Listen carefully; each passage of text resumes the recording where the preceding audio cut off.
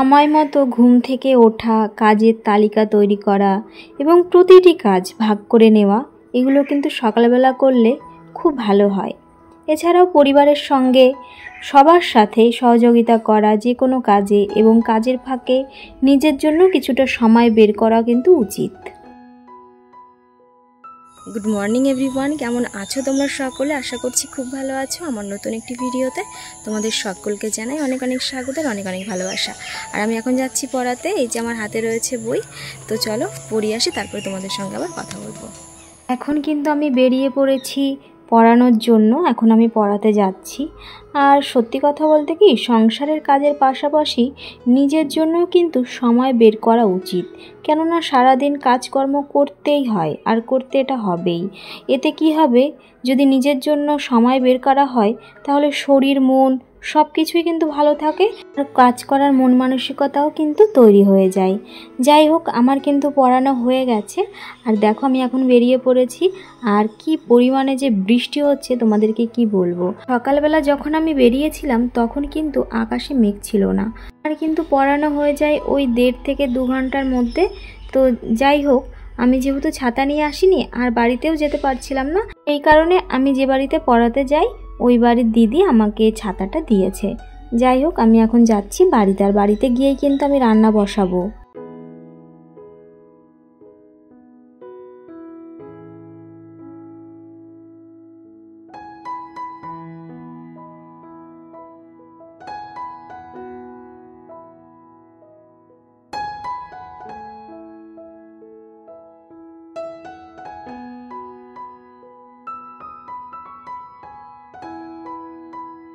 আজকে কিন্তু আমার শ্বশুরমশাই বাড়িতে ছিল, বাবা আজকে কাজে যায়নি।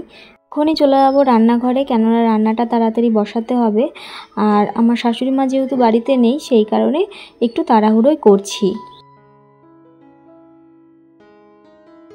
একটু আগে তোমরা দেখতেই পেলে যে কি পরিমাণে বৃষ্টি হয়েছে। আর দেখো উঠোনটা কিন্তু ভেজা, আর আমাদের উঠোনটায় এত পরিমাণে স্লিপ, মানে খুব সাবধানে যাতায়াত করতে হয়। আর দেখো রোদ কিন্তু উঠেছে। আসলে শ্রাবণ মাস তো, শ্রাবণ মাসের আর খুব একটা বেশি দিন নেই। শ্রাবণ মাস যাওয়ার দিনই কিন্তু মনসা পুজো হয়। আর পায়রাগুলো কি সুন্দর ছুটে ছুটে বেড়াচ্ছে। আগে বাড়িতে অনেক পায়রা ছিল, কিন্তু অনেক পায়রা না মরেও গেছে, রোগ হয়ে গেছিলো তখন মরে গেছে। আবার বন বিড়ালেও খেয়ে নিয়েছে। আমি যখন টিউশনি পড়িয়ে বাড়িতে এসেছি তখনই কিন্তু বাবা গেছিলো বাজারে। আর বাজার থেকে না লোটে মাছ নিয়ে এসেছে। আমি মোটামুটি সব কাজকর্মই করতে পারি, একটা জিনিস পারি না, সেটা হচ্ছে মাছ কাটতে। তবে এটা আমি শিখে নেব খুব তাড়াতাড়ি, কেননা সব কিছুই শেখা উচিত। সময় বিশেষে কোনটা কখন কাজে লাগে কেউ বলতে পারে না। আর এখন শাশুড়ি মা বাড়িতে নেই, সেই জন্য আমাকে তো রান্না করতেই হবে। এখন সেই কারণে বাবা বলছে যে আমি লোটে মাছ নিয়ে আসছি, তুমি কি পারবে কাটতে? তো লোটে মাছটা আমি কাটতে পেরেছি, শিখে নিয়েছি। তোমরা দেখতে পাচ্ছ আমি কিন্তু ভাত বেড়ে নিয়েছি। একটু আগে আমার শ্বশুরমশাই আর আমার হাজবেন্ড দুজনকেই কিন্তু খাবার দিয়ে দিয়েছি বেড়ে। আর এখন আমি ভাত খেয়ে নেব। তরকারির কালারটা কিন্তু বেশ সুন্দর হয়েছে, আর খেতেও কিন্তু খুব ভালো হয়েছিল। আর দেখো এক টুকরো গন্ধরাজ লেবু নিয়েছি। লেবুগুলোতে না খুব রস হয়েছে, কেননা যে পরিমাণে বৃষ্টি হচ্ছে না, এই জন্য লেবুগুলো বড় হয়েছে, আর লেবুতে কিন্তু খুব রস হয়েছে। আর দেখো অনেক জামা কাপড় ধুয়ে দিয়েছি সকালবেলাতেই, কেননা রোদের কথা তো বলা যায় না। এখনকার মেঘ যেখানেই মেঘ হবে সেখানে বৃষ্টি হবে।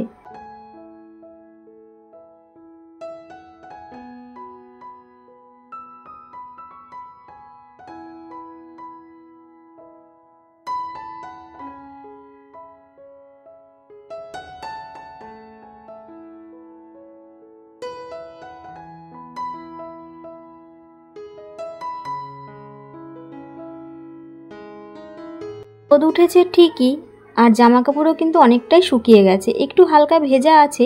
তোমরা দেখতে পাচ্ছ বেশ কিন্তু হাওয়া হচ্ছে, আবার মনে হয় বৃষ্টি আসবে। তো সেই কারণে আমি তাড়াহুড়ো করে জামা কাপড়গুলো কিছুটা তুলে নিলাম। আর দেখো বলতে বলতে কিন্তু বৃষ্টিও চলে এসেছে।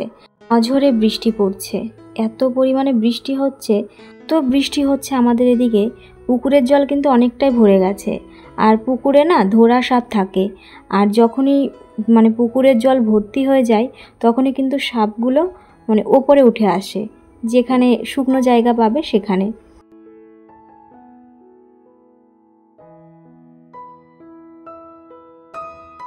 এখন বাজে দুপুর 12টা, আর বাইরে কিন্তু ভীষণ বৃষ্টি হচ্ছে।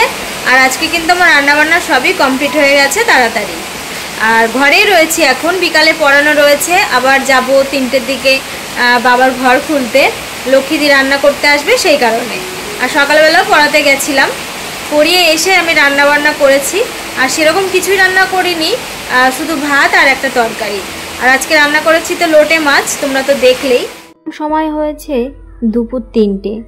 আর দেখো আমাদের কুলতলার মন্দিরের এখানে এত পরিমাণে জঙ্গল হয়ে গেছে, এখানে সাপ কোপ থাকা স্বাভাবিক। আমার বিয়ে হয়েছে আজ 1.5 বছর।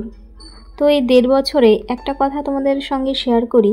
এটুকু অন্তত বুঝেছি, সংসার করতে এসে মানুষ কত কিছু ছাড় দেয়, প্রিয় অপ্রিয় কত কিছুর সঙ্গে মানিয়ে নিতে হয়, চলতে শিখতে হয়। তারপরে একটা সময় এসে কিন্তু এই সংসারই নিজেদেরকেই আর খুঁজে পায় না। আকাশটা বেশ সুন্দর লাগছে, বেশ মেঘমুক্ত। আর লক্ষ্মীদিও কিন্তু চলে এসেছে একটু আগেই। আর এই যে জায়গাটা দেখতে পাচ্ছ, এই জায়গাটায় না অনেক ছেলেরা ফুটবল খেলছিল, তো সেই কারণে বেশি কাদা হয়ে গেছে, যেতে না আরও বেশি সমস্যা হচ্ছে। আমার কিন্তু সকাল শুরু হয় ভোর 5টায়, আর রাত্রি শেষ হয় রাত্রি 10টায়। না চাইলেও কত কাজ করতে হয়, না পারলেও করতে হয়। এখন বাজে বেলা 3টে, আর আমার হাজব্যান্ড কিন্তু বাড়িতে ছিল না, ও বাড়িতে আসলো। তো ওকে খেতে দিয়েছি, ও ভাত খেয়ে নিচ্ছে, আর আমি এখন খাবো না। আমি এখন এসেছি লক্ষ্মীদির এখানে, মানে আমার বাবার এখানে লক্ষ্মীদি রান্না করতে এসেছে, তো সেই জন্য গেটটা খুলতে এসেছি। আর দিদি এখন রান্না করবে, আমি এখন বাড়িতে চলে যাবো। ওই 1 থেকে 1.5 ঘন্টা পরে আবার চলে আসবো গেটটা আটকানোর জন্য। এই দুপুরের পরে এই কাজটা আমার প্রতিদিনই থাকে। যেদিন বাবা বাড়িতে থাকে সেদিন আর আসতে হয় না 3টের দিকে, কেননা সেদিন সকালবেলায় রান্না করে নেয়। আর বিকালবেলায় কিন্তু পাপি আসবে পড়তে, ও একটু পরেই চলে আসবে। তো এখন আমি বাড়িতে যাই, পরে তোমাদের সঙ্গে আবার কথা বলবো। ছাদে উঠলে না মনটা অনেকটাই ফ্রেশ হয়ে যায়। আর এই জায়গাটার পরিবেশটা এতটাই সুন্দর, যার মন খারাপ থাকবে তার মন ভালো হতে বাধ্য। আর আকাশটার দিকে শুধু তাকিয়েছিলাম, কত পরিষ্কার। মানুষের মনও যদি এরকম পরিষ্কার হতো, তাহলে এত ঝগড়া, অশান্তি, রাগারাগি কোনো কিছুই থাকতো না।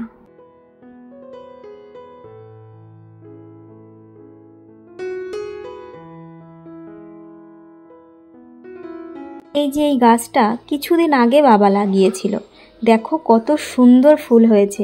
গাছটা বড় হলে আরও বেশি ভালো লাগবে দেখতে। আর এই ফুলগুলো বোধহয় স্থলপদ্ম বলে। যাই হোক, দেখো গাছে কিন্তু অনেক কড়ি এসেছে।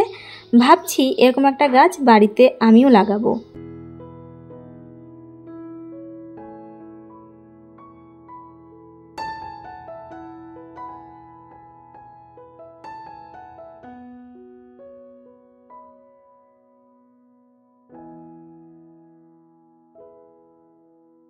তোমরা তো দেখলে যে আমি সকালবেলায় ভাত খেয়েছি, আর দুপুরবেলায় কিন্তু ভাত খাওয়া হয়নি, কেননা 3টের সময় আমি গেছিলাম বাবার ওখানে। তারপরে লক্ষ্মীদি রান্না শেষ হওয়ার পরে আমি যখন গেটটা আটকাতে এসেছি, আটকানোর পরে বাড়ি চলে এসেছিলাম। তারপরে আর না ভাত খেতে ইচ্ছা করছিল না, তো সেই কারণে আমি দেখো কয়েকটা রুটি করে নিচ্ছি। একটু মনে হচ্ছিল যে রুটি আর চা খাই, এই কারণে আটাটা মাখিয়ে আমি কিন্তু রুটি ভেজে নিচ্ছি আর একটু চা করব। তো চা দিয়ে রুটি দিয়ে খেয়ে নেব।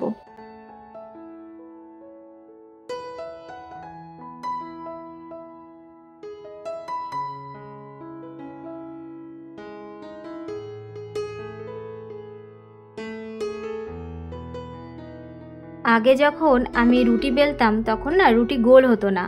প্রথম কেউই পারে না একদম পারফেক্টভাবে। এখন মোটামুটি আমি শিখে গেছি, এখন তাও মোটামুটি গোল হয় আর রুটি ফোলেও। তো দেখো আমার কিন্তু চা আর রুটি করা হয়ে গেছে।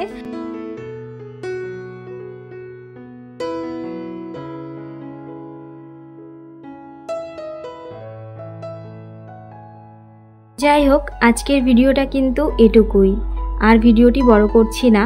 আর যদি তোমাদের আমার ভিডিওর কোনো কিছু ভালো লেগে থাকে তো প্লিজ তোমরা আমার চ্যানেলটি সাবস্ক্রাইব করো আর আমার পাশে থেকো।